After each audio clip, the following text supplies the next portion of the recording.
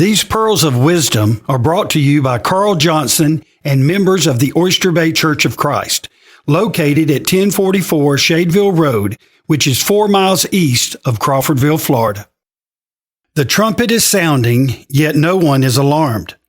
In 2003, the United States was put on orange alert by Homeland Security, indicating a high risk of terrorist attacks on America.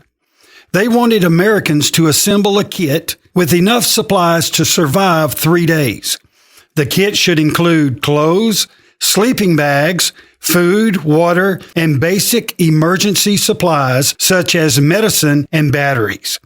The practice of communities keeping watch and warning their citizens is as old as time.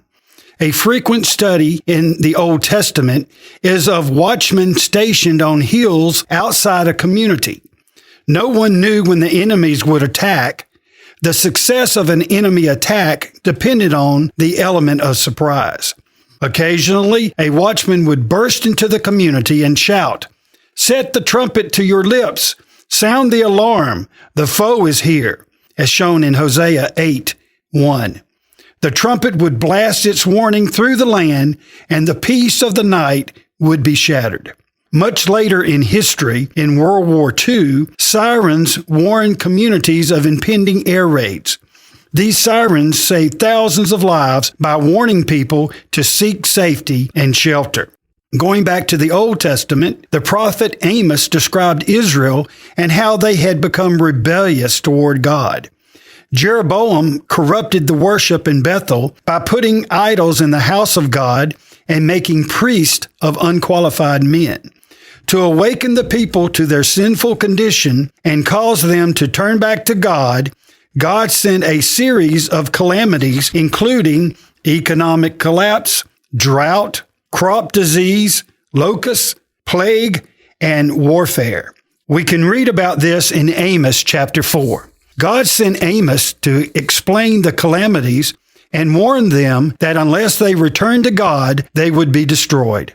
It was incredible to Amos that people were alarmed by the trumpet warning of enemies, but were not alarmed by the warnings of God.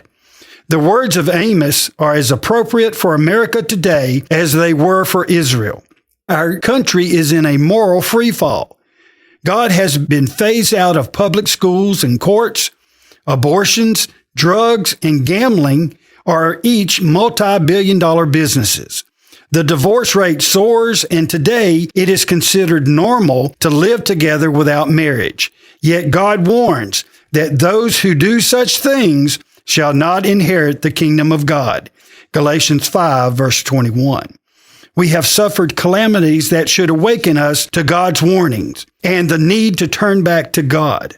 We have seen record droughts, floods, tornadoes, hurricanes, and earthquakes that have caused unparalleled destruction. While the Lord warns us, "Behold, I come as a thief. Blessed is he that watches."